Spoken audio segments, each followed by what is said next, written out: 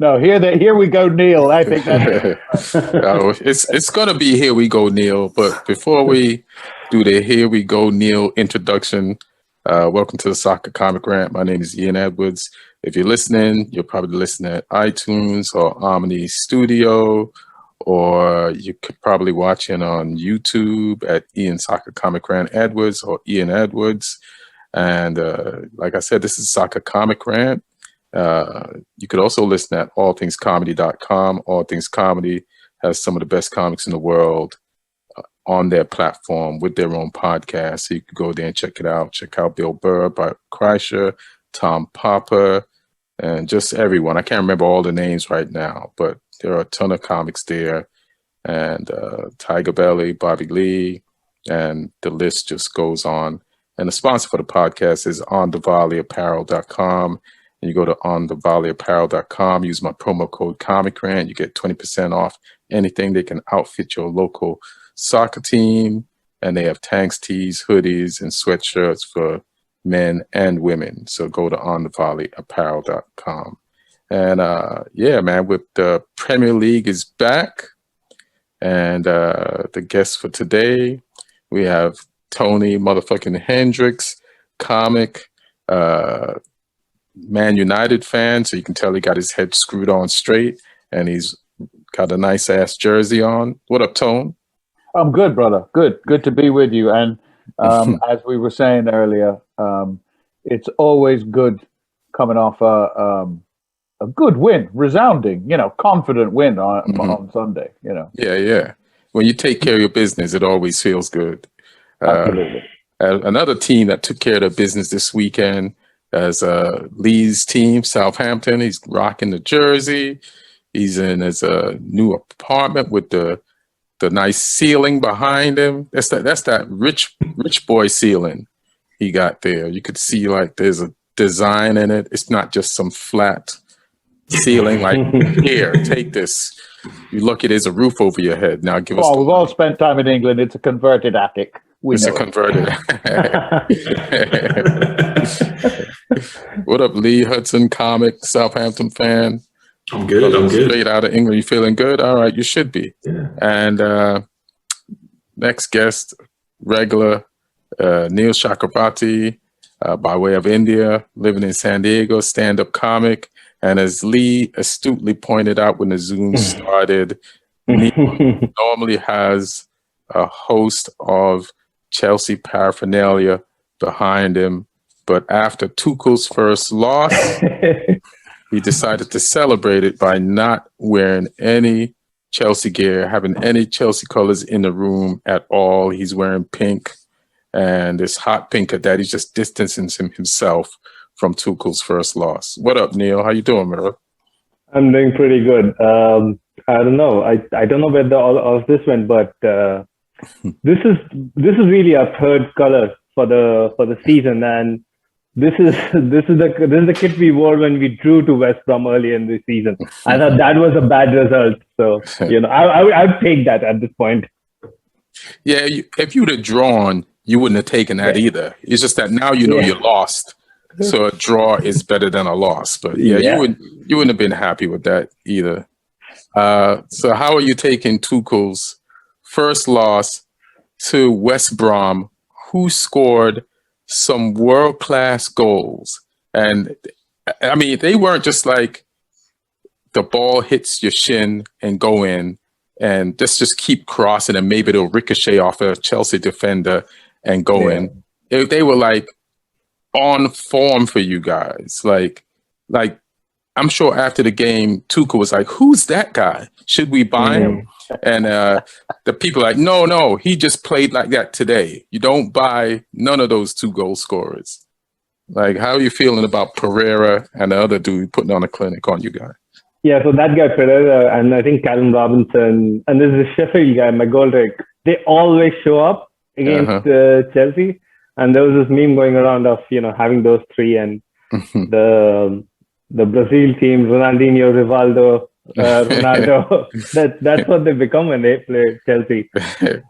I mean, it came completely out of the blue. It was going great. I woke up. It was 4:30 a.m. I love doing that on the weekend. Like you drink till late, and then you you hit up some friends in another time zone, have a video call, and you're ready for the team sheets to come out. The meltdown begins, and the team's been doing well of late, so you hope for a comfortable win against 19th place team. It was all going to plan, and then Marcos Alonso hits the bar from a free kick. Wilson gets the rebound, 1-0 up. Looks like it's all going to plan. And then Silva gets like his second yellow. Yes. And it completely goes bottoms up after that. So I guess a question I wanted to ask, like when that moment happened, and I'm gonna ask everybody, like, and that there was a lot of time left in the game, like 70 minutes or 60 something minutes, I guess, when that happened. Like for Lee and Tony, it's like, which team would you rather be? Like by the end of this game, I knew which team I'd rather be. Would you be the team that's 1 goal up and a man down, or 1 goal down and a man up in a situation like that? You want to go, Lee? Yeah, I mean, well, my team have had some experience with going down to 10 men this season and not being able to just defend. So yeah, you did what we did at Old Trafford, but not quite as bad. But I think, like, as much as I hate to say it, like if that was Mourinho and his team are 1-0 up and go down to 10 men, that game probably finishes 1-0 or 1-1. I don't know if Tuchel maybe, I don't know, it's just something mentally I think wasn't there. They just crumbled a bit. They didn't really have any resolve or any sort of desire to put the extra work in that you need to do when you've got 10 men. And I think that hints at some bigger problems behind the scenes there, maybe. That isn't Tuchel's fault. That's to do with the mentality of the players he's inherited. What do you think, Tom? Well, there's a couple of things I want to say. First of all, on the pink shirt, there was a Comics regular Tuesday afternoon game in South London, played at Crystal Palace National Sports Centre, and we instigated the pink shirt. The pink shirt was for any player who missed an absolute sitter, an open goal, goalkeeper's gone for a coffee, and you blaze it over the bar, and the whole of the Comics, all 22 people there, are screaming pink shirt, and that's what you have to wear. So it's appropriate, Neil. Yeah. You are wearing the pink shirt. There's no question. Having said that, I think that we have all faced some outrageous results against us when we've been stopped by, more than one would really like to count. The kind of goal scores that, you can't even find a place on your lotto card for and stuff. So we've all been there. Going down to 10 men, it's a funny thing. Sometimes the 10 men is more dangerous than the full team. It can work in your favor because you send the opposition into a sort of a false sense of security, and you can play well. But from everything that I saw with that Chelsea game, it was down to the heads went. It's like they came back from the international break and they all know they haven't reached back yet. It's that. So it's part of that kind of a thing. And the other thing that I think is always, we all have bogey teams. There's that, but those bottom 3, 4, 5 teams are always going to, because I think that you naturally go into a game kind of going, that's West Brom, or I mean, even Sam Allardyce. Yeah, I mean, Sheffield Wednesday. United, rather, beg your pardon. United got a result at Old. I mean, these stuff happens. So you and McGoldrick, absolutely. When you suddenly see him playing like you're going, well, why isn't he? If he played like that every week, he'd be playing for a better club and stuff. But the truth of the matter is that stuff happens, and stuff often happens in those situations. So I don't know that you can, legislate and say the result would have been different if it was, in my opinion, I don't know that it'd be different if it was Mourinho. Everybody gets a bit of a kick in sometimes. And it's very often, that's football. It's alchemy. That's why you get teams like Leicester winning the Premier League and stuff. It's inexplicable, that those things happen. Neil, did you think that was a second yellow card? Because I didn't. No. But I mean, my point was like, it's fine. These decisions sometimes happen. I don't think it was a second yellow card, but it's still like, it shouldn't be that big of a favor. You should be able to play with 10 men against a team like West Brom. I mean, we played with 10 men against Liverpool at the beginning of the season. We lost 2-0. One of them was a penalty. So like this utter capitulation, it was really weird. I think one of the things, you remember like me saying about the fact that we don't have a holding DM, that completely was exposed in this game because we had Jorginho and Kovacic. And now, okay, so first of all, you already are down a man. And Tuchel, for some reason, continues to persist with the three at the back. He continued to the three in the back? Yeah, like basically when you go down a man, right, you have to spread your resources all over the pitch so that no single place is more exposed. Or the Christmas tree loses its angel. Right. Mm-hmm. And three at the back, you're anyways, to start off, you're focusing a lot of resources in one area. And if you do that, then you have just only you only have six other people. So we completely started getting beaten in midfield. In fact, Silva's 2 yellow cards, even before the red card, before he got off. Jorginho misplaces his pass both times, and then Silva has to like come somehow camper. He makes a mistake, of course, but a lot of those goals started happening with cutbacks and crosses that where if you had that holding DM, he would have been able to sniff out the danger there. With Kante not playing? With Kante not playing, but even with Kante, like, Kante is a DM. Kante is like this unique anomaly sort of a player. He's a DM, but he's not a holding DM. You have very few of those. So he's like this, I like to call him like a shuttling or a box-to-box, almost kind of a DM. So we have a DM in name, Jorginho, who's just not agile or, physical enough to be. He's not so much D.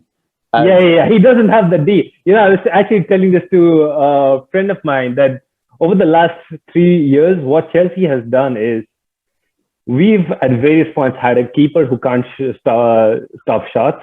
We've had fullbacks who can't one-on-one defend. We've centre-backs who can't clear the ball in the air.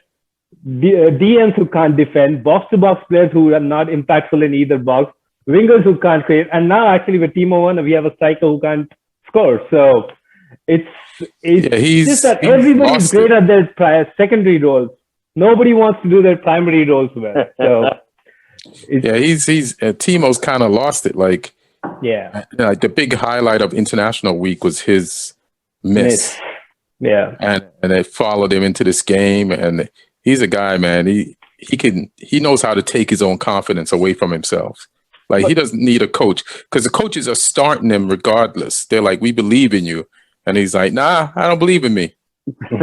But it's one of those things, you have to play the players through that because, there's, Harry Kane, Rashford, whoever it is, Ibrahimovic, everybody go through lean patches and stuff. And they just are told constantly by their coaches, just keep playing, don't think about it. And eventually they will come. And usually with most players, it does. Sometimes, though, a player goes to a new team and he just cannot find it. But look at Morata at the moment. Yeah. He's playing great. But when he was at Chelsea, it was like a complete disaster. Well, he was better than Timo Werner right now. Yeah, true. But and that's another thing, though. I agree with Forlan was better than. Yeah. I agree with Tony. Like, you sometimes have to play. If you know what the player is capable of, you have to play him through a spell of bad form. But now it's almost the end of the season. It's not just a spell anymore. And there's a lot of criticism about Tammy Abraham and Oliver Giroud that they are not the complete package, that they can't take Chelsea to, like league winning sort of a situation. But these guys have a proven goal scoring ability in the Premier League. And they're just sitting there and you continue to persist with Werner. There's a lot of things that, these guys only score tap-ins. Well, I would be great if somebody could score a tap-in at this point. Well, let me ask you a question. It's like, what if you're Pulisic? And it's like nobody's treating Pulisic like that. It's like, even this game, he got taken out at halftime. I don't know if it was an injury, but he expected to start. An injury. He got an injury coming back on the pitch. Yeah. I mean, Pulisic's injuries have a lot to do with it. But the way Tuchel took him off, he seemed annoyed with him. And he's like your goal scorer for the game at that point.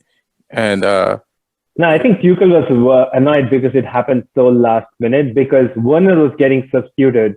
Pulisic ran out, and then he felt something, and he comes back and tells the coaching staff, and Pulisic, and I think at that point Tuchel was kind of like, dude, you get injured walking. Like, what's wrong with you? True. You're made of glass. And then he had to go call Werner back from the dressing room. So he put the sick in Pulisic. Why was Werner out the game? No, he was being substituted. So we had to get Mason Mount was coming on at halftime. Hold on, who was being substituted? Werner was being substituted for Mason Mount. But then Pulisic picked an injury, so Werner had to come back in. So it was a Mason Mount for Pulisic substitution. Oh, okay. Oh, it was hilarious. I mean, they had to zoom right in so that you couldn't hardly see anything at all. Yeah. But, I mean, Pulisic, literally, he kind of, that moment when players come back on the pitch and they either touch the grass and then jump up, or they do so. It was like he did one of those and went, and he pulled a muscle out to turn around and come back. So he was like one pace onto the pitch, and he had to come back off again. So, he's definitely, what was it? I can't remember the name of the player who used to play for Tottenham. They used to call him Sick Note. Well, Pulisic has definitely got that going on. Darren Anderson, I think. Right. Oh yeah. Yeah. One of great midfielder. Jesus Christ, just yeah. But you can't blame a player or react to a player being injured. It's not the player's fault. Especially if the player scored the goal for you. Yeah. I feel like Pulisic is being treated completely different than Werner. Oh yeah. Nobody's being treated. I've never seen something like this. Mm-hmm. I've never seen somebody have solidified a place in a team while performing so badly as Werner. Like even Morata got dropped. What type of white is Werner that he's getting treated way better than other white people? Well, like, German as opposed to Polish. Clearly, that's what it is. Or Croatian or something, right? I will say that one thing Werner does deserve credit for. He was composed enough to put Mount's goal on a plate for him. He did do some good stuff. Yeah.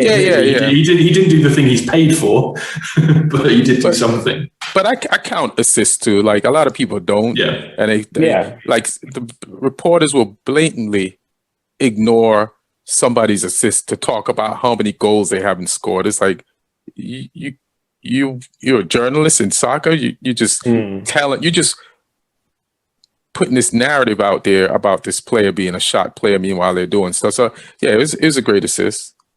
And I think that's the reason why. That's the only logical thing I can come up with why Werner still keeps getting chances, because you see him is always involved. It's not like Morata. When Morata, I think it's the money, bro. He was like invisible.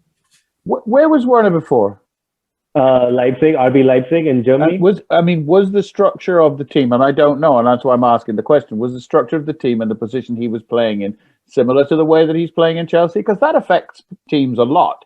Similar, not completely similar though, because he was playing in the front too, and he was playing off the shoulder of a big guy in front. So, and now he's being expected more to be the sort of either the false nine or the nine who's up there on his own and stuff. And I think that those kind of things, that it's easy to judge players, but there's so many different elements that come in, on it and stuff. And we've all seen it with other players, great players in some respects. Someone like, say, Falcao, who came to United, but they weren't playing Falcao's game. Falcao was a 6-yard box player. And he was still injured though. But it doesn't matter. They were not taking the ball to the byline and pulling it back, which is where he's deadly. He was expecting him. We weren't doing anything. Right, but my point is that sometimes you get, he's a great player, and then you put him in a system that he doesn't really respond to. That's not what has made him. And I get that, but then that's the same year we got what's the guy that's at PSG now? Like it didn't work out for any Di Maria. It just didn't work out. But we were just so off. Like, and all those players are doing. But that's not. So I'm not being specific. I'm talking about just in general, there are times when that kind of No, I know. I'm just tagging it with that how that United team was. Right. It was just completely like Lampard and Tuchel have tried at various times to pair him up with either Judu or Tammy, but he's missed chances even then. So, and the fact is that he has the second most big chances missed in this season. Who's better than him at that? I think it's Gabriel Jesus or Calvert-Lewin, one of those two. But actually, it's Patrick Bamford from Leeds. Yeah. That makes sense. So my point is that regardless of what you may think of the system and stuff, the system is doing enough to put him in enough position to get those goals, and he's not doing the last part. So he's clearly malfunctioning. Listen, I don't want to take up the whole podcast talking about loser Chelsea. Let's move on to some teams that let's move on. I know you seem like you was enjoying the attention in your hot pink shirt. So I don't know. So we had some Champions League today, and Man United continue their Premier League form and took it into the Champions League and beat Dortmund. And I guess my point Man City, about you're talking about you said Man City, because I heard Man United and Champions League. You know, I'm so used to it. I'm so used to us being in a I would never. Where's that segue going? Yeah, I would never accidentally say Southampton won a Champions League game. I'd never accidentally say that. So thanks for correcting me, y'all. My bad. But Man City continue their form. They have the squad depth. They can win the quadruple. And also, I feel like no matter how good a team is, like Liverpool last season, like their run, there's a lot of games, if you look back now, that they lost this year because they didn't have the luck that they had last year. And luck plays into everything. And Man City, even today, that game could have been 2-2 because there was a goal that Jude Bellingham scored that the ref blew the whistle and called a foul. Was so a they goal. couldn't get the continuation on it. So, like, Man City, I feel like not only do they have the squad, the coach, the money, but they also might have the luck to get them further. So what do you guys think about Man City just rolling? Yeah, I mean, I think that I agree with you. I think that the luck aspect of it is huge, and they got it with that. I don't know that. I think it's almost impossible for them to get the 4 titles, but who knows? But there are moments when they really they have depth that even despite Jesus or whoever's sort of blasting stuff. I know they've got the people like Gundogan and obviously De Bruyne. And I mean, Gundogan and Foden, that second goal was just silly. That really was. It was just so. And from a De Bruyne cross, I think it was. And they have someone made a comment the other day when I was watching the England game, and they were saying John Stones has looked really good this season playing next to Ruben Dias, and the other person said anybody looked good playing next to Ruben Dias. They didn't mean that in the sense that because he's shit. They meant it because he's bringing you on with him and getting you up to that kind of a level. So they're in a good place. I hate to say it, but they are, and they had their moments where I think that there's that confidence thing where you get the breaks. This was a season at the beginning where it took everybody a long time to get up to speed, some more than others. And because of the short break and stuff, and I think that they look very good, and they look very good today. And I thought Dortmund were going to damage them or have a go a bit more, and I think that kind of shows that disparity between the Bundesliga and Serie A. That below, that. Thing about the Premier League, especially now, is there is incredible depth in the quality of some of the sides that goes below 10. Goes way down the league and stuff, which I don't think happens, and therefore the quality of games consistently to win the Bundesliga and sometimes to win Serie A as well isn't the third and fourth team aren't as good as the third and fourth team, say, in the Premier. Yeah, Bayern buys all their luck. Lee, what do you think? I think 2-1 is a good result for City in the current circumstances, because if fans were allowed in the ground, I think City might be a bit scared of going to Dortmund, with Dortmund already having an away goal against a full stadium of just fanatics. But I think to go there in an empty stadium when it's quite a sterile atmosphere sort of suits City. Like, they can just go there and play their game without any sort of external influences. They can just go there, and I fully expect them to get the job done. I don't think they'll have any problems out there. They made hard work of it tonight, but I think only because they didn't raise their game to their full levels. Like, when they turned it on, Like, De Bruyne picked out that pass for the second goal, and I think, and they made such light work of Leicester at the weekend as well. Like, that's a tricky game at the moment. No one really beat them without even, like, they didn't even really get into top gear, I think, against Leicester, and were still 2-0 without even really fully going for it. So I think that tells you where they're at. They've still got a few more levels to go through. And I think they're almost like pacing themselves, because they know there's big games coming up in the Champions League where they're going to have to really turn it on if they get past Dortmund. So I think it could be their year, but there's still some bigger tests to come. Yeah, there are still bigger tests in the Champions League to come, and we'll see. It's probably a good thing as well that they're winning the league at a canter at the moment, so they can really focus all their efforts on that. I'm going to jump into something else. So I don't know if anybody saw this weekend. Please don't forget the fact that Liverpool lost 3-1. We won't. We won't. That's one of the highlights. So Juan Carla, we got to do some racial business. Some racial business. So it's been popping up a lot. Juan Carla, a Cadiz defender, denies racially abusing Valencia's Mokhtar Diakhaby. I'm trying the best not to butcher Diakhaby's name after the weekend that he had. So his team left the field with him. And listen, I saw the incident, but it was in Spanish, like the commentator, so it's on YouTube.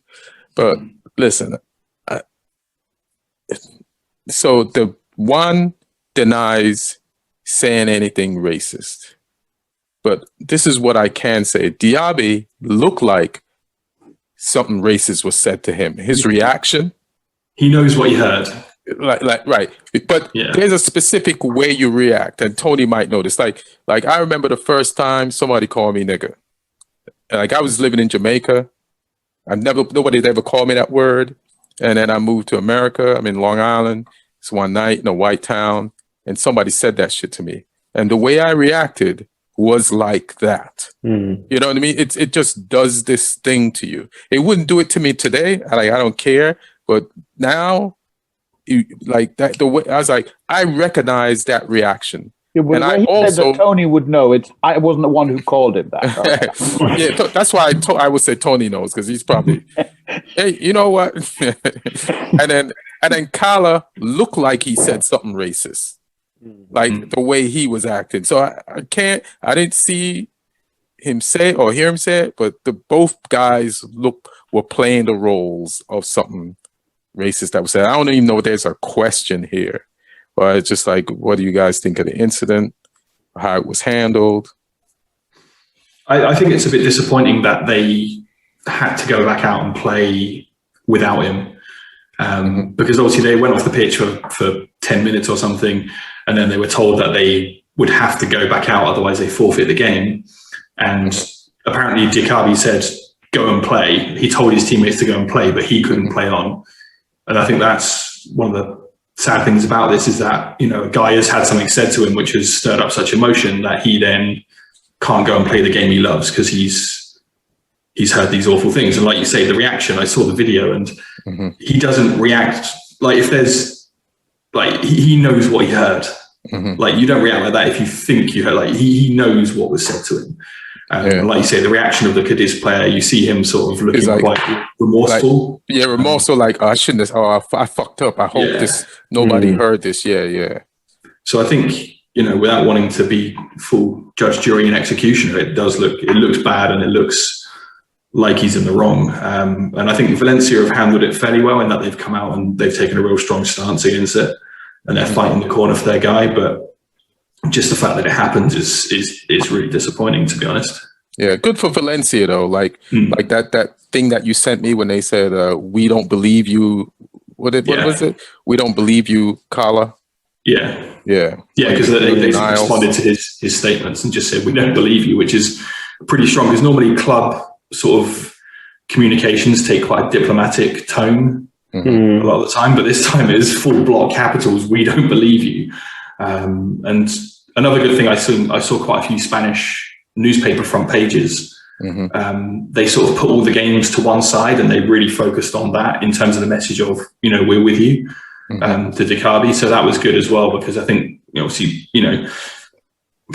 lots of European countries have had their issues with this, and Spain certainly have. And it's good to see them, publicly making a stance on this, which is that is good. It's progressive. Yeah, that's pretty good. If something bad, if something racist was said, this is a pretty good reaction. Like, I don't even care that Valencia went back out and finished the game. Like, I feel like they were cool enough to walk off the field, and then there's this bond that grows between Dicabi and his team when he's like, "Go ahead, go back out there and try to get these points." So it's not like there's no resentment, between him and them, and it, just as long they had his back when they were supposed to. And then what the Spanish media is doing, cool. I think. Sorry, go ahead. Go ahead. Yeah, go ahead, Tony. It's fine. Just the whole point about this issue that has been going on for longer than it should ever have been going on for. Certain things are changing. The fact that the guys in charge of the baseball were prepared to make a statement and move the All-Star game from Atlanta because the guys who are making those decisions, they're white, and they're not affected by much of this. So it's and a year ago when people started kneeling, or 2 years ago when people started kneeling or whatever, they weren't on side, but they have started to listen. So the more that these things are talked about, are in the press, I think that the better and stronger the action can become. It's not going to happen overnight, and it's clearly unfortunate there's still a lot of people who don't care. It doesn't matter to them, and they actually get upset by teams walking off and all that. But that's good. The whole point of protests and stuff is that it inconveniences and pisses people off until they realize that something needs to be done. So that's good. Yeah, I like how Neil is dressed like the chair behind you, Tony. Yeah. It's the same colors. It's to remind me that Chelsea are losers over there. All right, so I know you want to talk about Liverpool, but here's something more fun. And it would have been even more fun if Martin was here. Yeah. But Tottenham ties Newcastle 2-2. Last minute of the game, Newcastle gets one in. And like we was talking before, Arsenal player on loan at Newcastle scores the tying goal. And when you're fighting to get into top four, a tie is definitely a loss, no question. But the most painful thing is, like most teams in the top, they're fighting for a European position. Spurs is fighting to keep Harry Kane. Yeah, big time. Should he stay or should he go, fellas? I mean, he should go. I just don't think he'll be able to. I think they'll price him out of a move because they're gonna seek at least 100 million for him, and that amount of money for somebody who will have zero resale value. I don't think there's many clubs in the world who are going to take that kind of a like such a big financial outlay. Like you can do it for somebody like Haaland, who's you can pay, even you can go up to 150 million, pay for him right now. In 4 or 5 years, you might be able to recoup that entire money. But if you're paying for somebody like Harry Kane, even though I feel he is probably the second best striker in the world after Lewandowski, you pay that money and you just have to like kind of forget about it. Because, I mean, this guy's going to be injured for a month every season. And, he's got all the goals put aside. He's got no proven track record of taking anybody across the line anywhere. Like no memorable end of the season performances, no memorable cup knockout performances. In fact, the only time Spurs ever did something significant, Harry Kane was injured, like, when they reached the Champions League final. And of course he came back and then they had a disastrous final. But my point is like, of course, Harry Kane has a lot of value. A lot of clubs are going to be competing for him.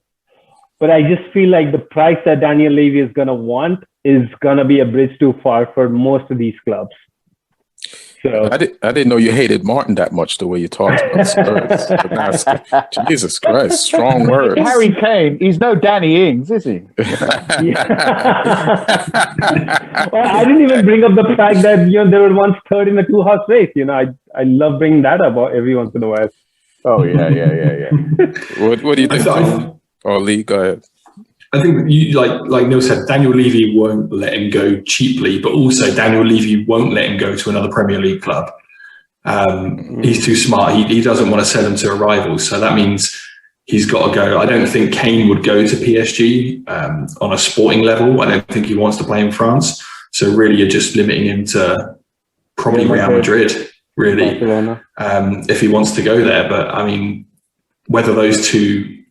I mean, they find the money from somewhere, even though they're both hugely in debt. But I mean, it's a limited sort of option for him. And does he want to be like just a Spurs career man? I don't think he's going to have much choice. I mean, I think if Levy does what you're suggesting, which is absolutely possible because he is a hard-nosed businessman. However, I think that he also knows that there's a time to when to hold him and when to fold him, and it may be a case of Kane for whatever, even if it is. I mean, I'd take him at United like that. I mean, what is it, 27 going on 28? I think I agree with you. The injuries, the ankles and stuff, but I think he's got a proven track record in the Premier League, and it's like taking Van Persie for that one season to. Oh, any club should want him. I just don't think they'll sell to a direct rival. I don't know. Well, what you mean, Southampton? I was gonna say because I'm not so sure. I'm not so sure about that. I think that that would be the conventional wisdom, but I think that things change, and I think that Levy has to. But it's also possible. I will totally accept that he will just stay. I don't think he's going to go to Real Madrid. I don't think they'll pay the big money for him. For all the reasons that you've said, the injuries, the fact that he's proven himself where he is, but he isn't 25. He's not Haaland. If Real Madrid, Barcelona, and City of the big spenders have the choice to spend money on someone, they're going to look for Haaland. I mean, that's got to be the case. I think that Harry's either going to stay at Spurs, or I think his other alternative is United. And I don't. If that doesn't work out, I think he'll stay at Spurs. Yeah, I think that's and I think you're right, Neil. But I think that the amount of teams that could buy Kane was always going to be a limited amount of teams, and those teams are the same teams that would buy him. They're either there's teams that just want to win. They're not looking at resale value. It's like when Real Madrid bought Ronaldo, that they bought him. They didn't know what they were getting. They knew they was getting a great player, but they didn't know they were going to get someone that was going to last this long. They bought him to be his last stop at his peak. They didn't know they'd be able to sell him for the same amount of money that they bought him for 6 or 7 years later. These teams like Man United, they buy people to win things, and that's all that matters. I think the landscape has changed a little bit, though, especially with these two major deals that happened, Philippe Coutinho to Barcelona and Eden Hazard to Real Madrid. huge deals, players who are having world-class seasons at the time, and they go and it doesn't work out, and then you're just left with this huge. Hasn't football always been like that though? It's like there's no guarantee anybody's going to work out. No, but now the stakes are so much higher. Like if you're paying literally, and all these teams need a rebuild. You're paying literally what you'd otherwise pay for 3 or 4 players. You're putting all your eggs into one basket, and they've been burned in the past. So recent past.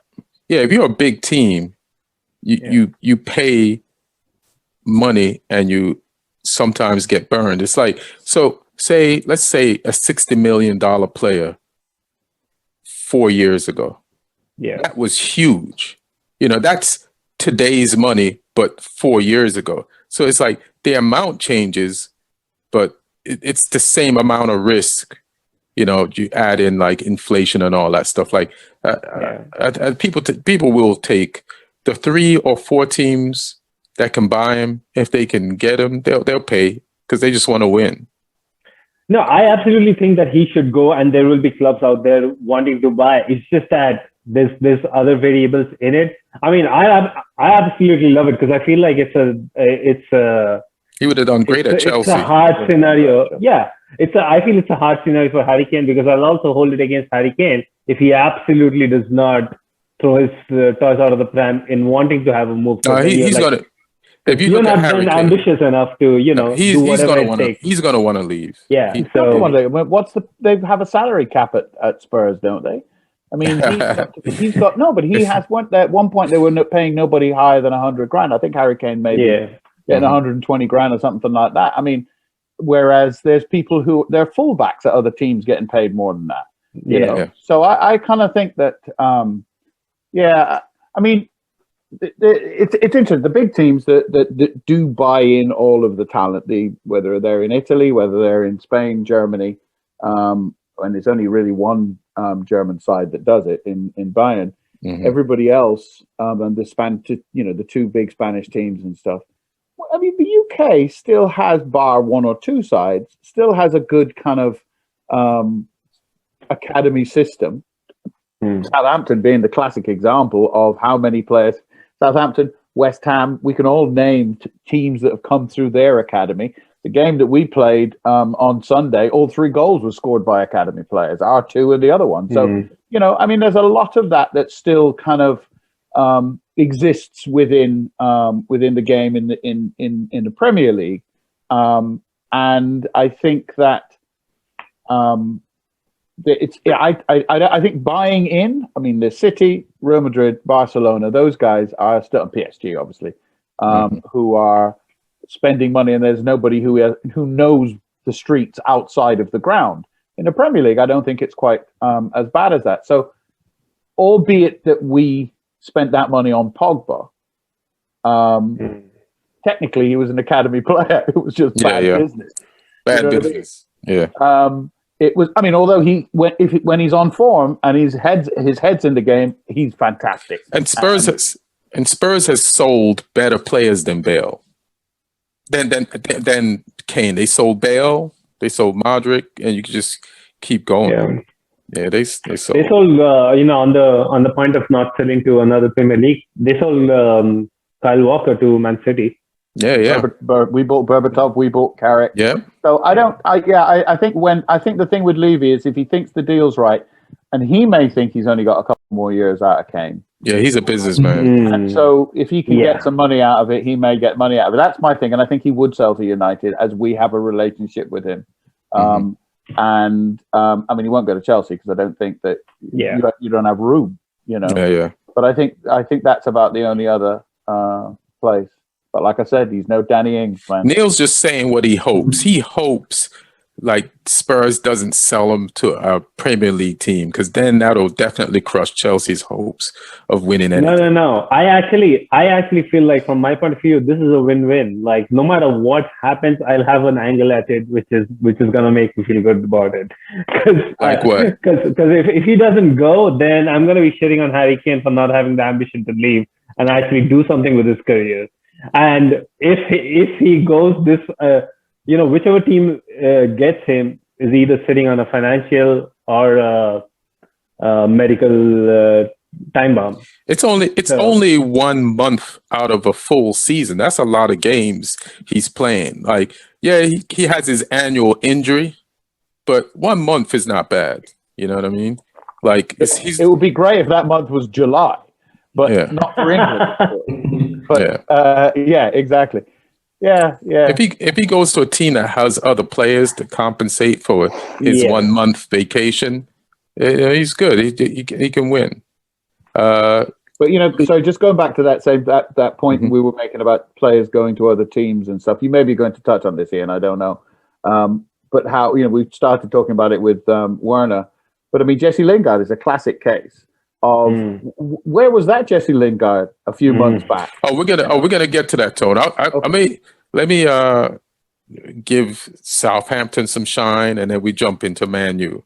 Yeah, because we have to talk about West Ham, their win, Lingard, and what's Man United gonna do. Like, it's such an important off season. Like, we have players we might have to get rid of. The Southampton thing there. Yeah. We're going to talk about you. But so Lee, you go down 2-0 to Burnley. What are you thinking?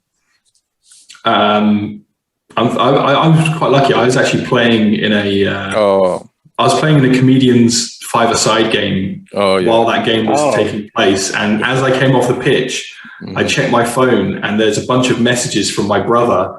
And it says 1-0, fuck, 2-0, double fuck. And then it's like 2-1, okay. And it's like, shit, it's 2-2. And it was 2-2 when I came off the pitch. So I just saw all this like story of messages. And then, I was following it from that point and saw that we went 3-2. But I watched the game when I got home. And I think it actually made a difference having Theo Walcott back in the team. It was his first game back after injury. He used the international break to get He does great when he comes back. When his first game for a team, his first game back from an injury, and the last game of the season to give you hope of what he's going to not do next year. That's Theo Walcott. Yeah, when he's been fit for us, he's done a good job. But I mean, Ings was on fire. Stuart Armstrong, who I think is so underrated, had a really good game for us as well. Oh yeah, he was good in the midfield. Yeah, off of Ings' little flick around the corner. So yeah, it's just a good performance. It's just a shame it took us 2 goals behind to wake up. But I mean, it's probably better for us to do it that way, because when we go ahead, we always throw it away. So it's probably better that we come from behind and do it that way instead. But I think that puts us on 36 points. We've got 8 games left. I think that we're in a nice position now. Sounds like you're getting relegated. Well, that's what Martin was telling me. Martin was the last time I was on. Martin was like, "Oh, you've got this game. You're going to lose. You got this game." Yeah. And we just need one more win. I think really up to 39, and we're done. But I mean, even then, I think you're safe. You look at what's happening down there. I mean, if Fulham can pull off a great escape, which it's starting to look unlikely, it will be Newcastle that probably get pulled in there. So we're good. So now it's just a case of trying to win that FA Cup semi-final to see if we can go and get a losing final day somewhere against either yourselves or Chelsea, ourselves. Let's do this. Not yourselves, sorry, you're out, aren't you? Yeah, we're out, bro. City or Chelsea, sorry, wrong Manchester. Or is it Leicester? It's Leicester. We've got Leicester. You got Leicester. We need to try and beat them to see who we get to lose to in the final. So okay, that's hilarious. No, it's the cup. It's the cup. Yeah, and nothing can happen. It's one game, and it's and Southampton have pedigree, and no. Stranger things happen. You can, anyone can win in a cup unless you're Spurs. So. I love it. We just turn it around to get another dig at Spurs. I'm all for that. We're only speaking facts. That's all. He switched down. Roberto Martinez. He did it's all right? facts. Or was it Wigan? Yeah, it was Wigan. Yeah, Wigan. Yeah. But just to keep the screw turning, when you were getting your texts while you were playing football, it reminded me of going. I think we went at least 2 down, if maybe even more, to Spurs when we were playing. I think we must have been at White Hart Lane, and I had to go and do a gig in Covent Garden. And when I came out the other end of the tube, we were already like 3-2 up, and we won 5-3 or something like that. And it was definitely one of. Was that the famous game when at halftime Ferguson just said to the team, like, guys, it's Spurs? Lads, it's Spurs. Yeah. I don't know if that was the game, but it was definitely reiterated several times during that. It's hilarious. And of course, Berbatov was one of the people who scored for us during that period. So it was something special. Even he had to remember that it was Spurs. Yeah, right. Like, oh, yeah, you know what? Let's get this together, bro. Let's handle this business. Exactly. The thing about Spurs at the moment, I mean, even Martin's, you talk about capitulation, was the grief he was giving us about Mourinho being the manager. I know. He became a god when he went to Spurs, and now he's against him again. Right, so he should be. He should be. I love Mourinho as when he has his moments. He's great television. He's great. Press to watch and listen to and all of that kind of stuff. But unless he finds his groove again, which he's clearly lost a while ago, it's a shame. It's a real shame. But when he's on it, he's fantastic. But. Well, you just reminded me of something, because I was going to move on to the United, but Mourinho's post-game statement, like they've tried to dig it out of him, and the first reporter failed, but then they set a woman reporter on him to dig some more. And his response was, same coach, different defenders. So his defense did mess up. Like, they were self-created mistakes. So, but as a player, how would you feel? Like, it's that's how you lose a dressing room. Yeah. Someone pointed out, like, can you lose something that's already lost? True. Someone pointed out there's something like, you compare, like, because Mourinho's taking the same approach with his Spurs players as he took with Luke Shaw. And you look at what happened to Luke Shaw after Mourinho went. He got some love from a coach. A coach that wanted to work with him and make him better again and get him back to where he was. And the guy's a different player now to how he was under Mourinho, a guy who just wanted to almost beat him down. Yeah. Mourinho has one style. He has this style where, like, I just read something on the BBC.com about Benzema and how he didn't use Benzema at first. One time, a forward was injured. I think Higuain, when Benzema and Mourinho were at Real Madrid, and they said, what are you going to use? He said, well, normally I like to take a dog hunting, but the dog is injured, so we have to take a cat. And he was referring to Benzema. And Benzema got in there and scored like 20-something goals in, say, like 28 games or something like that.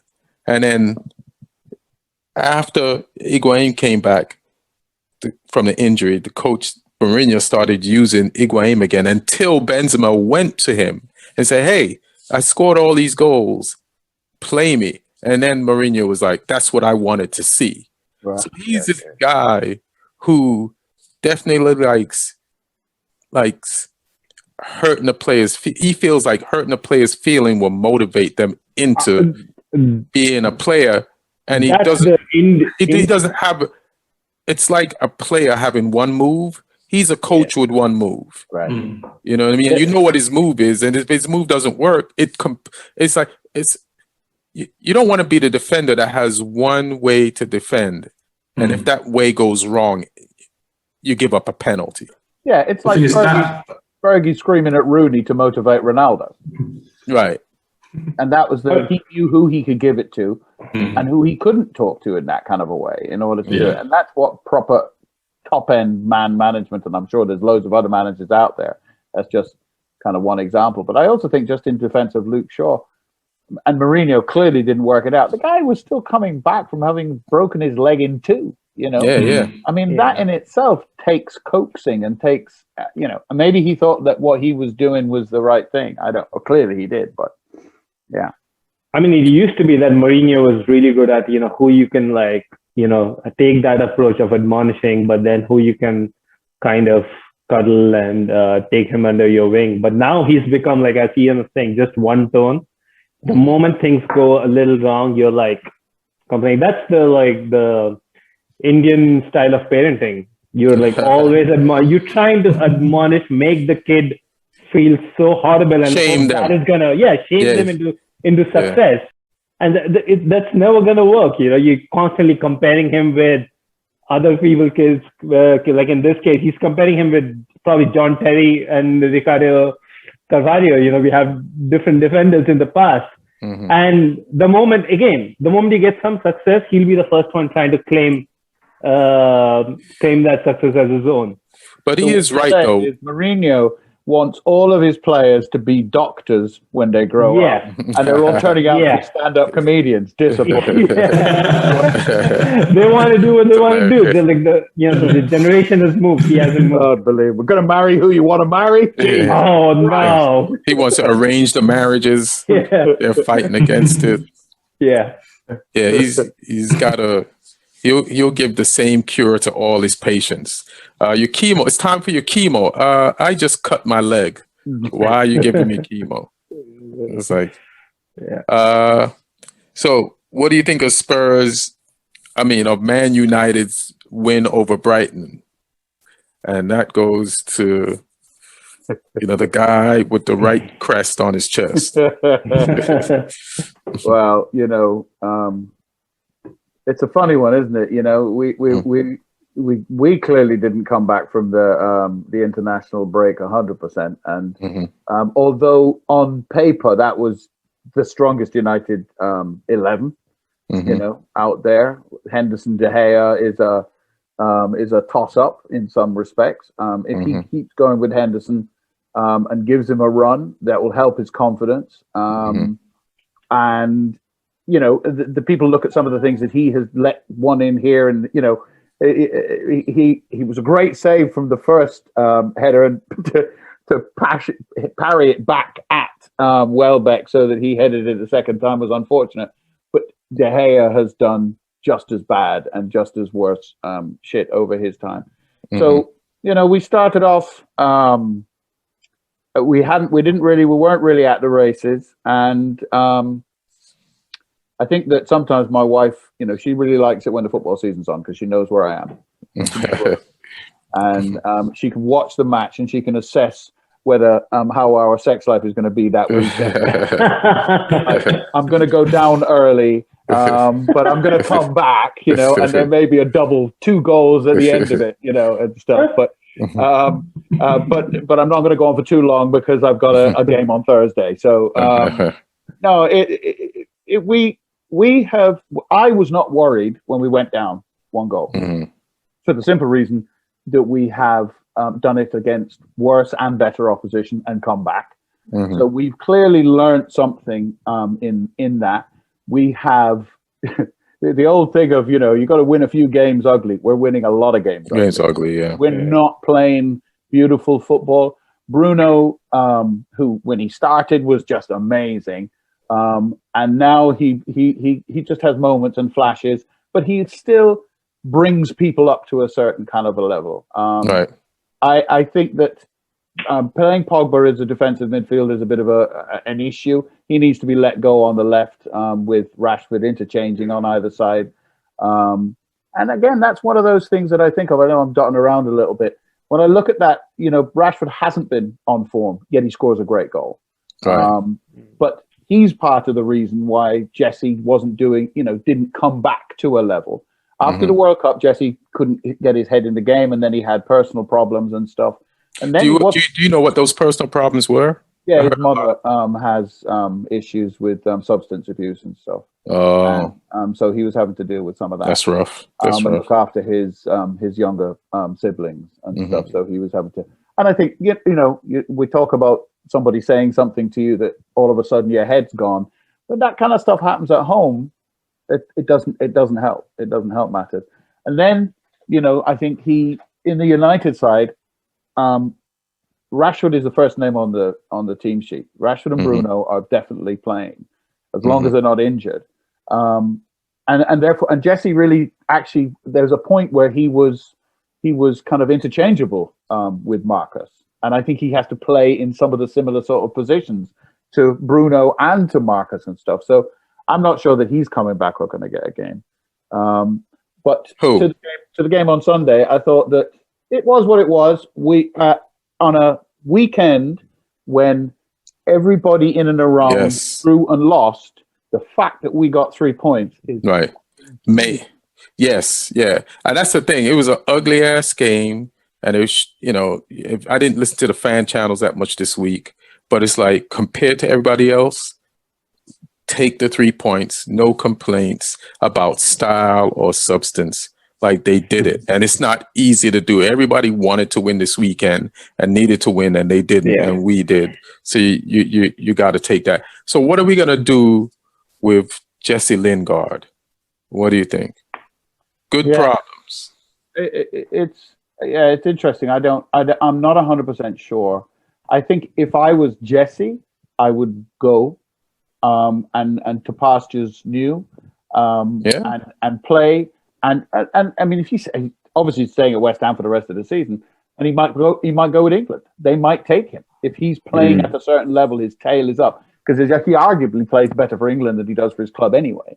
So not the last few. He stunk at both before this run. He was great in the last World Cup. I thought he was fantastic. No, he missed chances and he just run around like people were complaining about him. I remember complaining about him. Like his form had gone from then. At the same time as well. So anyway, but I think personally, I think he should probably go to pastures new for his own self and to give himself a good couple of years.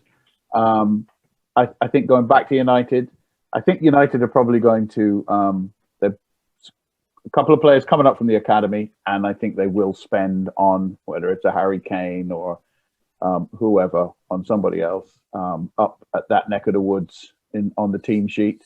I would love to see us buy Rice, but he has injury issues at the moment as well. But he would be a great player to bring in because I think McTominay's done really well. I think Fred's done really well. But we talk about that defensive, that man who knows the D and the M. I think Rice is probably one of the best. He would fit right in there as well. What about, so just going back to Jesse, you're a Man United fan. What do you like? You thought about what's best for Jesse. Don't you think it's best as a Man United? Don't you want to hoard that type of talent, that goal scoring, and have it just for when we have injuries or just to push competition for other players now that he's like reestablished himself and proved that he does have that skill? But he's reestablished himself with a different group of players, with a different manager, and not in the. That was my point about that he couldn't find the space. Mason Greenwood's come in and he's been pushed out. Marcus is always playing ahead of him. He got pushed out. Bruno's in that 10. No, I think he's better off to go. And I think for United's perspective, I think that we've got Diallo. I think we've got Greenwood. I think that it's possible we'll bring someone else in one of those roles, like a Sanchez or someone, So no, I think there's a time in any team, certainly at United, where just because a player is doing okay, that's not good enough, And I think we were all saying that for a long time at United with Jesse. How many goals does Rashford have? Like this guy, right? Almost in way less games in the Premier League, almost has as many goals as Rashford now. And he's passed like a bunch of people who had started every week. And if you play in the Premier League, I agree with Tony though in that like there's no telling that he could replicate that if he came back, and whether or not he would play every week as well. Like I think he wouldn't. What's happening is almost the best of both worlds for you because West Ham didn't put a buy clause in the loan, so him going there, he's scoring goals against some of your rivals and he's driving his price up. Right. So just. I think for you guys, it needs to be a clean break for him and for you. But get the best price you can. And I think, like Tony said, he needs that different environment, somewhere where he's going to be like a guaranteed starter. He's going to feel some love. He's going to reinvigorate his career rather than. We'll start him if he earns it. We'll start him if he earns it. That was the issue. I think he just got too comfortable there, though. It's too familiar. Like he needed this. He did. So now that he's I've got a friend calibrated. I got a friend who's involved in the sort of the United and the ears of lots of the ex-players and all that, the sort of the youth training in and around it and stuff. And his family issues were a massive problem. If he's in London now and somehow something else is being done to take care of that, and he's not thinking about it, that in itself means he shouldn't go back to Manchester. So, so he should move his family to London and then he moved back to Manchester United. I don't. Just listen. All I care about is United. All I care about. As Lee said, right, his price is high now, and you got to sell. Like you got to sell at this point because what's the best case scenario of Jesse Lingard, even from a United point of view? What's the best case scenario of Jesse Lingard staying at United? He's going to be an effective bench player, right? Now, is that really worth? But he wants. But you have to be on the bench sometimes on a team that's going to win titles. That's what we're talking. No, that's fine. But like the dude is already 28. He's not going to really. You've seen what Jesse Lingard can do. It's not like he's got another level to go. Right. Do you see the level that he's at right now? No, this level is good. This level is good, but. He's doing better than Timo Werner. No, that's fine. But if he's a bench player at United, you can't really guarantee that he's gonna have that without the regular game time. That he's gonna have that have the same level. I think so. I think he's. You rather take that money. If you look at the world of players that you could have, would Jesse Lingard be in that basket that you would pick? This guy, not before this. Now I'm like, think of it this way. Going on about it because he scored against Wolves for West Ham. But I've seen a lot of teams have trouble against Wolves. Yeah, no, sure, but this is a false dawn. Yeah, like this always happens. Like certain players get into a run and then you start getting greedy with them, and you either hold on to them or actually even worse for maybe West Ham, place that bid and take him off of your hands. And you're left with you have to now work with this guy for a long time. This is not 1 or 2 games. He played decent for England, right? He's played in a bunch of games and he's not letting up. He's killing it on the left. No. Jesse Lingard is GameStop stock right now. Like you need to sell. You need to sell up here because it's probably going to start going back down otherwise. We are having the same situation with Ross Barkley. Because he had, you remember the beginning of the season? Not right now, but you remember the beginning of the season? No, listen. He had this crazy run with Aston Villa. And I was like, is there a way we can sell at this point, even though it's not a transfer window? Bro. Because lo and behold, it took its while, but then Barkley first got an injury, then he came back, lost his form, had a few good games, got injured again.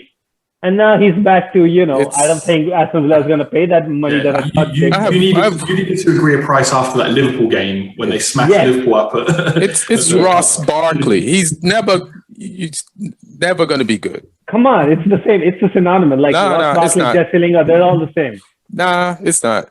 I think I'm watching Jesse Lingard play. I'm with Neil and Lee. It's pretty much I see. The same boat. It's because even if you call him Hammett, he has his moments where, you go, oh, wow, Hammers, he's beautiful. But it's beautiful playing for Everton against whoever he's playing. Watford, he's good for Everton. Yeah. Yeah, but it's never consistently Modric level or, and I think that Jesse has, and he's still not Hammers, but it's closer to Ross Barkley, and I would, if you gave me the choice, for instance, I don't know that we'll have the choice, Jack Grealish or get Jesse back? No question about it. Take Grealish every day. Maybe we can convince Villa to trade. Yeah. All right, so let's go into Liverpool. Did not bring. Well, they left it all on the field at Arsenal and didn't bring none of it to the Champions League game with Real Madrid. I'm going to say. I know Tony wants to go in on Liverpool a little bit. It was a great mid hustle. It was a great what? a mid-table clash. Arsenal and Liverpool. Yeah. Yeah. It's hilarious. Yeah.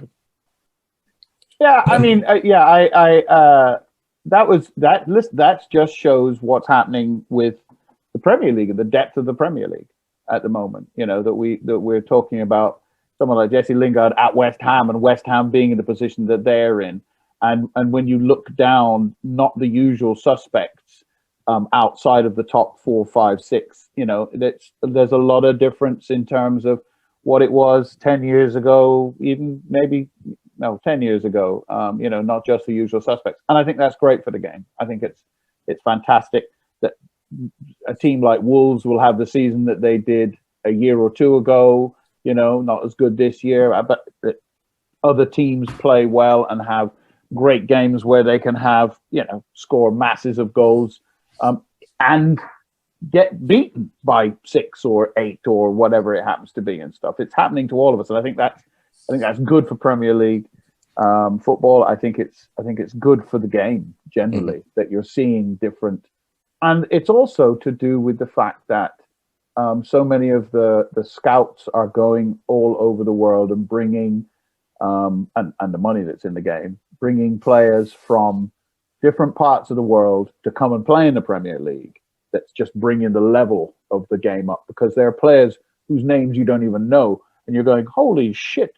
Did you just see that? You know, I mean, so I think that's a good thing. And Liverpool, their destabilization was Virgil van Dijk getting injured, and once he goes, that domino fell, and then he moves Fabinho into the back, and that just Henderson's injured, and first Gomez got injured too, and then who's the other guy?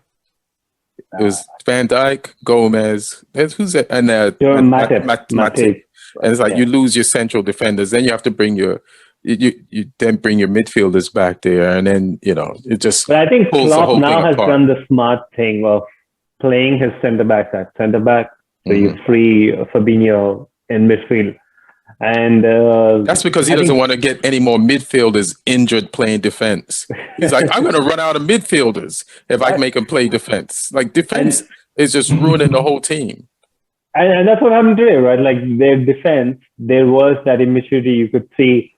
Actually, it's a great matchup because both teams champions having a on and off season, but. I always say when you look at these two teams, there's so many world-class players in these two teams that you can never take them lightly, especially in like a Champions League where it's like a cup competition. But I think the difference was that Madrid's world-class players, that midfield of Casemiro, Cruz, and Modric, they stood up today. And the entire first half, like Liverpool's world-class players, that, you know, Salah, Mane, they were nowhere to be seen. And they had a good spell in the second half. But I think that was the difference. I couldn't believe what I was seeing from Cruz and Modric today. Like, Cruz's pass for the first goal was unreal. Oh man, it's confidence, isn't it? You know, it's that sort of thing, and that's what I sort of say about United going behind over goal. You don't, if it's early, especially, you don't worry about it anymore because the players aren't thinking, "Oh my God, it's the end of the world." Liverpool won. They did play brilliantly, and they won the league. But I don't think that between them and Klopp, they believe it 100%. Not anymore. The Real Madrid players, they know that what they can do, you know. And this season has rocked Liverpool serious, you know. Yeah, Liverpool play like they just want the season to be over, and that we're going to start next season. Like they're starting next season now, and the only reason to start next season now is just to end this season. And that's how they play. Neil, did you have anything to say? So I was just going to say, you remember there was a guy. Not Neil, I mean, Lisa. The Quincy, who was on this podcast. Oh, yeah. He's a big Liverpool supporter, and it was his 50th birthday. So I sent him a message saying, it's great to see that he's reached 50 before Liverpool have this. Oh, damn. Nice. Thank you. So that's stone cold. Lee, you got anything? Just want to highlight the Liverpool Arsenal game, the cross from Alexander-Arnold for Jota's headed goal. Nice to see him. I mean, hopefully he can get back to his best, not for Liverpool's sake, but for England's sake. So he gives us another option. It gives us a 10th option at right back for Euros. It's amazing, isn't it? It's amazing how I was watching that thing on Carragher and Gary Neville, and Gary Neville was saying, Carragher once said, nobody ever grew up wanting to be Gary Neville. Now there are like 10 right backs. That's hilarious. Which is incredible. And Alexander-Arnold isn't first choice, partly because of his defending, but he should be in the squad as a option in midfield on the right hand side. Yeah. That foot, that Beckham-esque cross that he has is a gem of a thing. It really is. And somebody pointed out something today. It's like you don't have to go. And I thought this years ago, because there was this AC Milan game. It was like the Super Cup, and they were down 2-0. And at the end of the game, they came back because their fullbacks crossed the ball from the half line forward, so that the players were in there, but they didn't have to be all the way down there to cross it. And then you can stay back and defend because you don't have to like pace up and down the line. It's like the fastest way between each point, 2 points is a straight line. You don't have to run and do the work of the ball. You can just put the ball there. Most of Beckham's crosses came from just over the halfway line. They weren't at the byline. He would put the ball so that it sort of bent beyond the back four, and someone just had to run onto it and finish it. So, if people have got the quality to do that, it's a great weapon. Yeah, I don't know why Trent Alexander is trying to run forward that much anyway. Just fucking put it in the box from the halfway line, and then you're already in a defensive position. No, the thing is, like, the most. And then you pull the person defending you forward to come towards you, and it opens up space for players to cut in. Yeah, go ahead. So I feel like that's what's been the problem with his England selection, is that when he's playing at Liverpool, and you see all the mistakes that's happening from Trent this season while defending, when you're playing alongside Van Dijk, Gomez, and Fabinho, and Alisson behind, that experience, that quality will pull you through games, and you don't really necessarily have to do as much. He doesn't have that sort of support at England, and Gareth Southgate knows that. So he's not going to risk having Trent, even though, despite all his qualities on the ball. If he's playing a back four, if he's playing a back five, maybe, as a wing back option, which is why I feel he should take him. There are going to be moments in games that you will need that right foot. But I think he's going to go with Kyle Walker to start on that right back spot. And the thing with moving him to midfield, I actually think that's where Trent is going to end up as a footballer next couple of years. But is Gareth Southgate really going to take that chance when he's never really done that at club level straight away at the Euros? Right. No, I don't know. I don't think that's Gareth Southgate's job to completely introduce a player at a different position. But if the option at England is taking what's the guy who plays for Southampton? James Ward-Prowse. Right. If that's your option, would you take Ward-Prowse or would you take Trent Alexander as a sort of an extra going up on that right hand side and stuff? Ward-Prowse plays central now. He moved inside, and he works his ass off. And I don't know him or Phillips. What the other because I personally would take Phillips because I think he's more of a specialist in that area. But if there's room for them both, I think take them both, especially if Rice is injured as well. That's going to be the biggest. Right. And then you got Bellingham. He was class today. He was brilliant today, and I rate him so high. 17 as well. Yes, frightening. So frightening. Yeah. I mean, I think he's fantastic, but it will be it'll depend on who's fit, and that's always the case.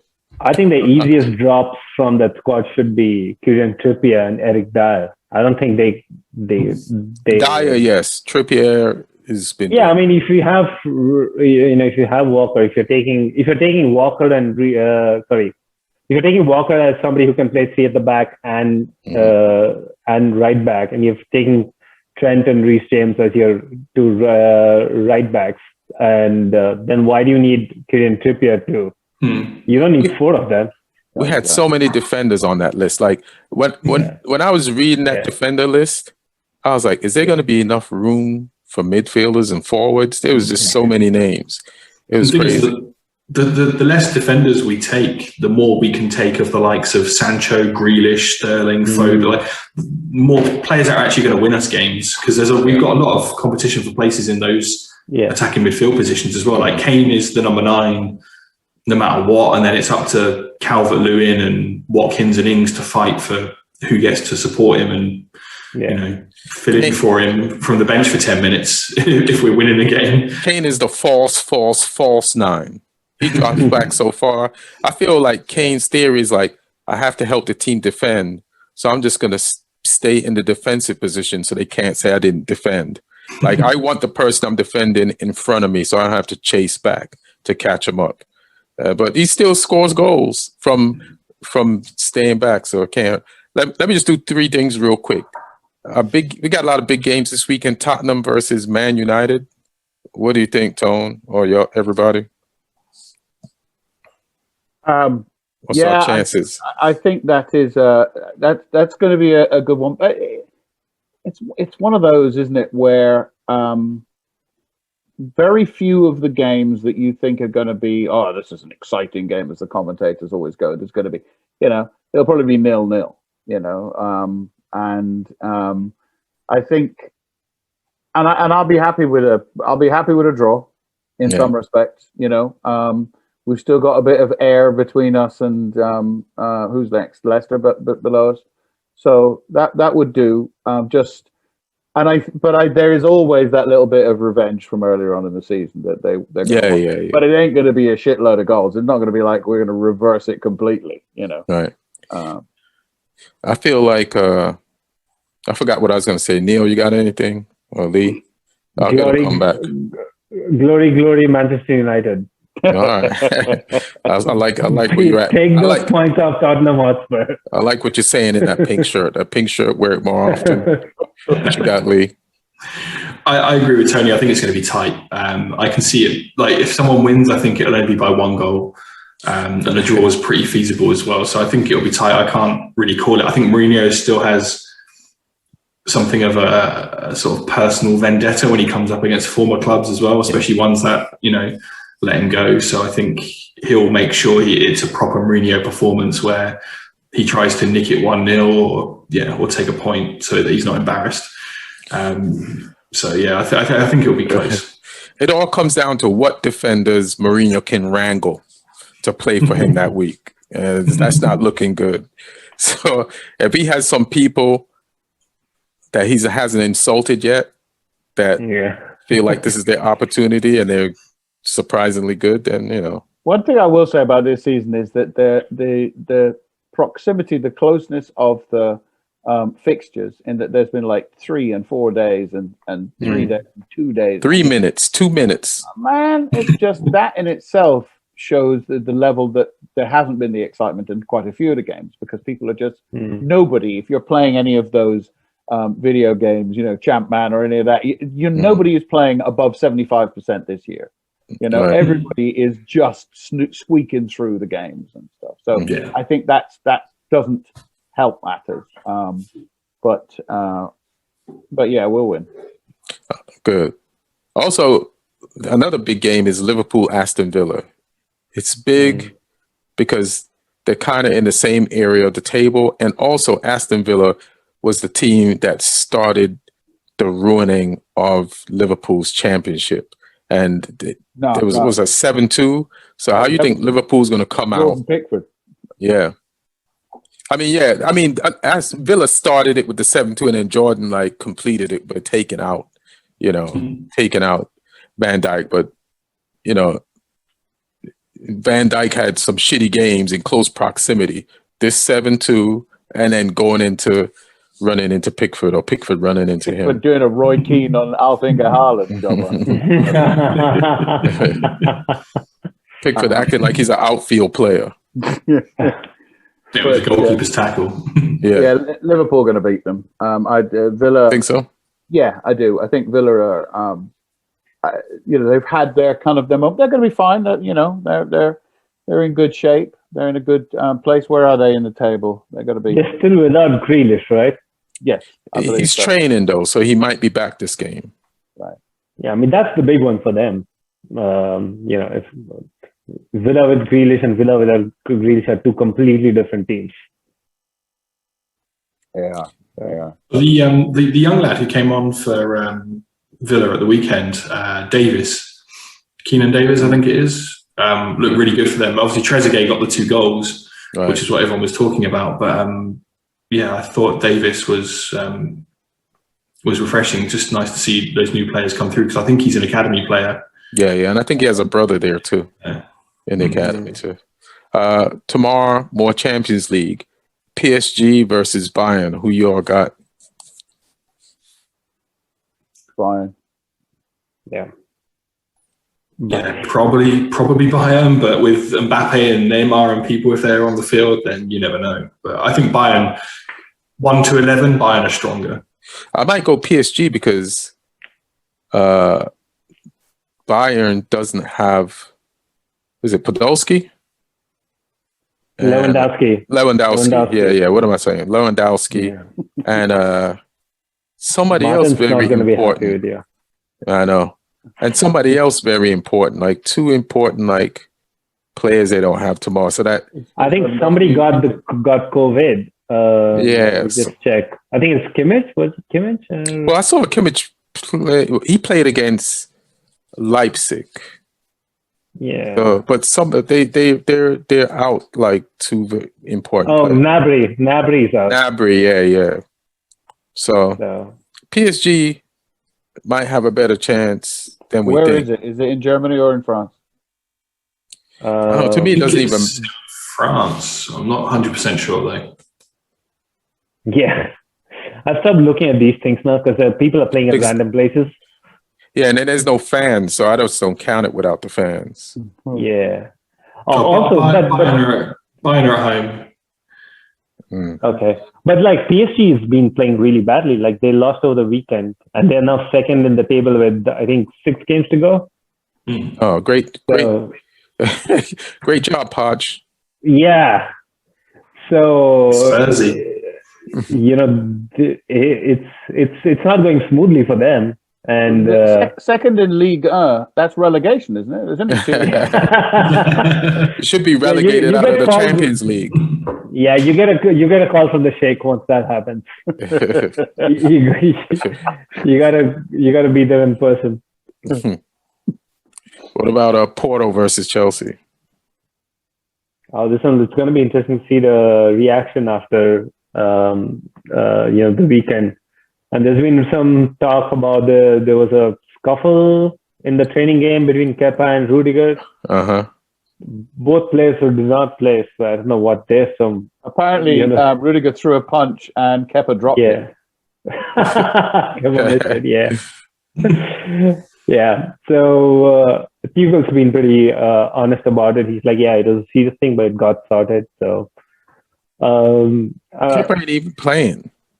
Yeah. So it doesn't even matter. So, but Kepa just wanted to get talked about. Yeah, but Rudiger might play, and apparently there was some other. Reece James and Azpilicueta had pretty strong exchange of views and stuff. So who? Reece James and Azpilicueta, the 2 right backs. So, I mean, the kind of team he takes, whether Conte is going to be fit to start tomorrow or not, it's going to be a huge thing. And,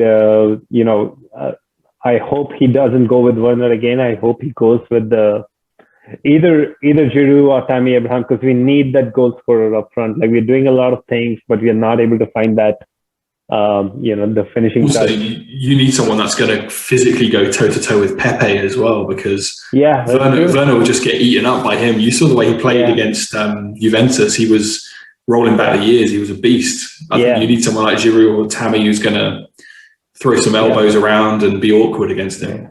Yeah, we need some physicality up there. So I think team selection is going to be important, but I mean, we should beat Porto, but we should have beaten West Brom too. So yeah, but that's a different thing, and I think that it's possible your heads were already in Europe for this one anyway. So no, that'll be a good game. That's a good game. That's hard to call.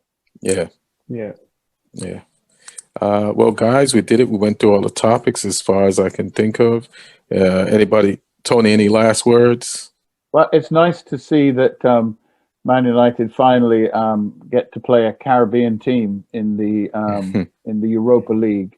We're playing Grenada, apparently. So I think that's great. They get a little warm sunshine break. Everybody else is playing towns and clubs that need a vowel. Nickfat and stuff. And so that we'll have that. We'll have that.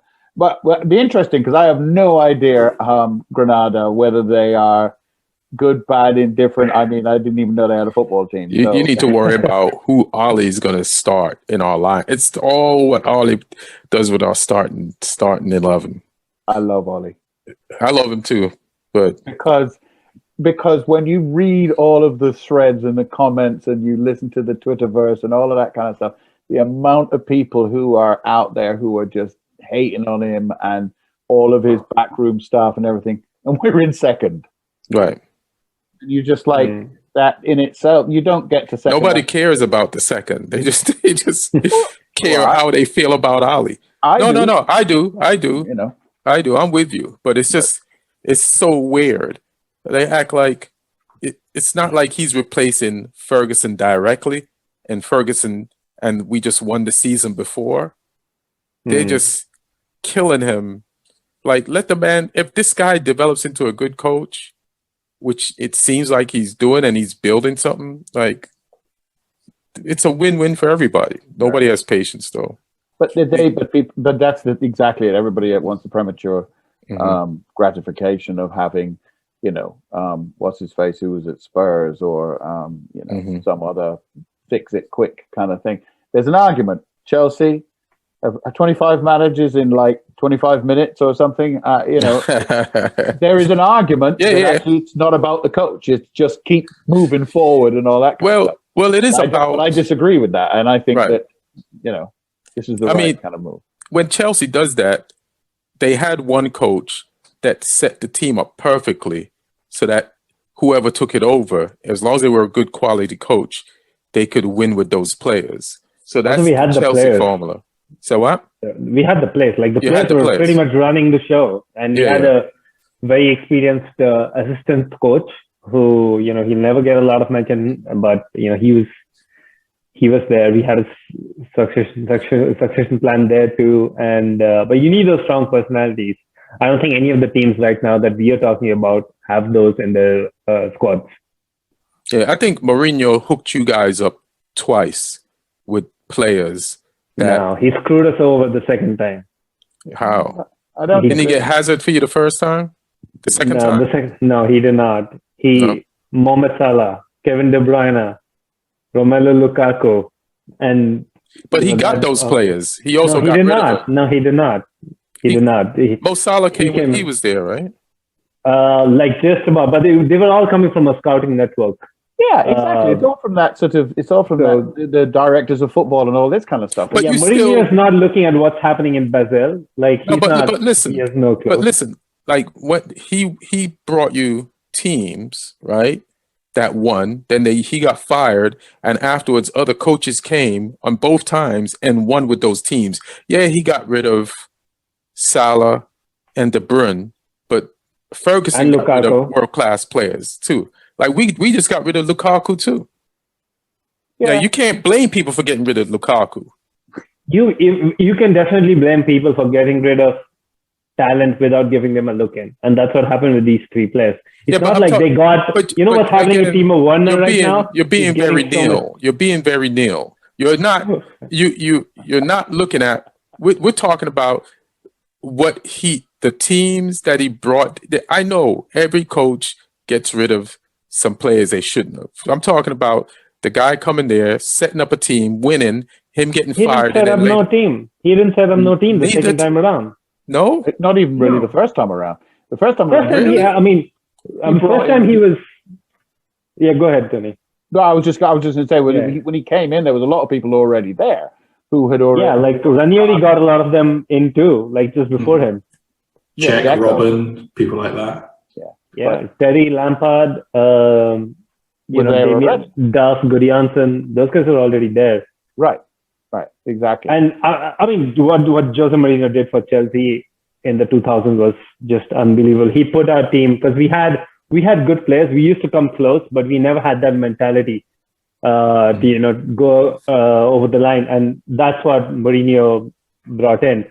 But the second time around, he had all. Who did he bring in the second time? Players.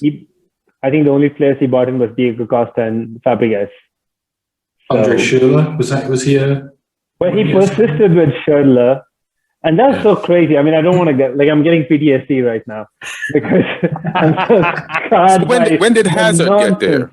Hazard got there right after we won the Champions League 2012. And Mourinho came in 2013. Okay. So, what about Willian? Willian, Mourinho got in and persisted with him. But you won with him. You just hated him. Willian was how Jesse Lingard won a few things at Manchester United. I would never put Jesse Lingard on Willian's level. That's number one. That's wait. Which one's higher? Because I can't tell. Willian. Willian's higher. So that's the thing. That's why you should never be contemplating getting Jesse Lingard back. Right. If you think Willian's higher than Jesse Lingard. So you think Jesse Lingard is better than Willian? I think Willian's one of the worst forwards I've seen. He's not a forward, though. He is a forward. He's played as a forward all his life. If he's not a forward, then that's the revealing. I've told you this. Here. I told you this. No, I know that's what he does. That's what I mean. Saying we've had players and persisted with players who want to do everything apart from their primary role, and that's why Chelsea since 2012 has seen a steady decline. But anyway, so my point was like Mourinho had all the tools to have sustained success. You know, the kind of success that is seeing at City, Conte made mistakes too. I'm not denying that, but Mourinho was the bulk of those mistakes. And he could have built his legacy. He wouldn't have had to worry about dealing with fucking Davinson Sanchez and Joe Rodon and all of the nonsense that I think Joe Rodon has promised, by the way. Yeah, but like this guy got rid of people who had absolute world-class promise. So you want to tell Joe Rodon wants to go and tell Jose Mourinho that he has promise? He has no chance in hell with making that case to Mourinho. Every coach gets rid of like if you go ahead, Lee. I've got the list of Mourinho signings in his second spell here. So please go ahead. We've got Willian, Matic, Schürrle. Yeah, Schürrle, Salah, Zuma. Christian Atsu, who went and warmed Newcastle's bench for a little while. We got Samuel Eto'o on a free transfer. Diego Costa, Fabregas, Juan Cuadrado, who he did nothing with, and then. But you won with you won with Fabregas and Diego Costa, right? Felipe Luis, who went back to Atletico pretty quickly afterwards. Loic Remy, Baba Rahman, Papi Djibril. That was one of his last ones. Falcao, Kennedy, and then Pedro. I think was the last. Yeah, Pedro was in the last season as well. Yeah, there's a real mixed bag there. Yes. Among all of those, the only talent that actually Mourinho believed and kept, I think he was good at keeping, was Zuma. Everybody, Zuma was his buy among those young guys. Everybody else I thought Matic did a good job for a few years. But Matic, we bought Matic. We sent him to Benfica, and then we bought him back.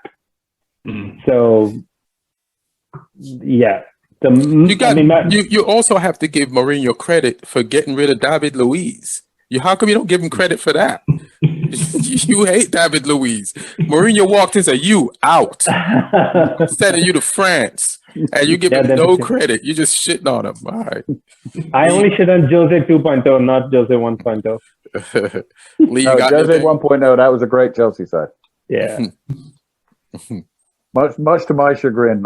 There's those moments in life that you sort of remember vividly. And I remember arriving back home in the road I was living in South London at the time, and thinking we can still do it. And then Chelsea, I think Lampard scoring the winner, and I remember just sitting in the car going fuck, yeah, fuck. Probably more times than that. So yeah, you should have won 5 years in a row the first time, but I don't know what happened. But Drogba was that spine that you had of Czech, Terry, Lampard, Drogba was, and whoever else was playing in the defensive. You know what I was thinking today? Like if you add up the goals that Drogba scored in a season, it really wasn't that much for a top forward. I feel like Lampard picking up the slack and scoring 20 goals a season really kept the fans off the back of somebody like Drogba and Anelka, because you really need more goals than that. I agree with that. Drogba goes down in history as this great forward, but he was covered by, because you get goals from, it's almost like the Man City scenario now where they don't have a forward and no fan is going to go hard on a forward because you get goals from everywhere else. No, but that's when you look at Drogba's stats and you look at Lampard's stats along with that. A lot of Lampard's goals were from Drogba's assists. Drogba has a very high assist rate, which is not really that common among strikers. So, I mean, that's what Drogba was like. He was the complete package. You didn't have to worry when you go on the field with Drogba. He can either do it on his own or he can make somebody else do it. Listen, I love him, but people want goals, but I love him. Well, guys, great episode. Look at Tony. Tony's making himself turn the color of Neil's shirt. I know. I don't know how he's doing it. I was just thinking, like, we've got West Brom this weekend, so if we get hammered by West Brom, does Neil need to send me that shirt? Yeah, 100%. Yeah, whoever loses has to get mailed that shirt so they can wear it. In the room, yeah. No question. However, I think you're that's a good move to have West Brom this weekend, because that lightning is definitely not. That's not going to strike. Yeah. Well, I'm not saying anything until it's over. Right. I also think this is going to be the first time Sam isn't going to get out of the relegation. I think it's really unlikely. This time. But we'll see. Still, I agree with you. He ain't getting out. Actually, that's one of the things I was trying to say at the top. Like, making fun of Sam Allardyce is one of the joys of following English football. And that's just been taken away 100%. From me I don't know, because I don't think he's going to get a job anytime soon. So maybe in perpetuity, it's been taken away from me. No, I don't think so. So are you saying you want West Brom to survive so you can make fun of him next year? Yeah, please. Nah, I'm good. That Sam Allardyce Bolton side was a good side. Yeah. World class. Kocha, Hierro. Absolutely. I give him credit for that. Him alone. That free kick he took, that he was set up on the left of the 18-yard box. So, he's going to the far post and he goes inside the wall and puts it on inside the near post. I mean, you're just Jojo Okocha for forever. Yeah. World-class player, man. Nigerian world-class player. Well, all right, guys. One thing, our producer, Aaron Brungardt, for hooking this all up. Thank you all for participating, and everybody listening. Be safe. Enjoy your soccer. Love everybody that you come in contact with, and we'll do this again next week. All right? 1.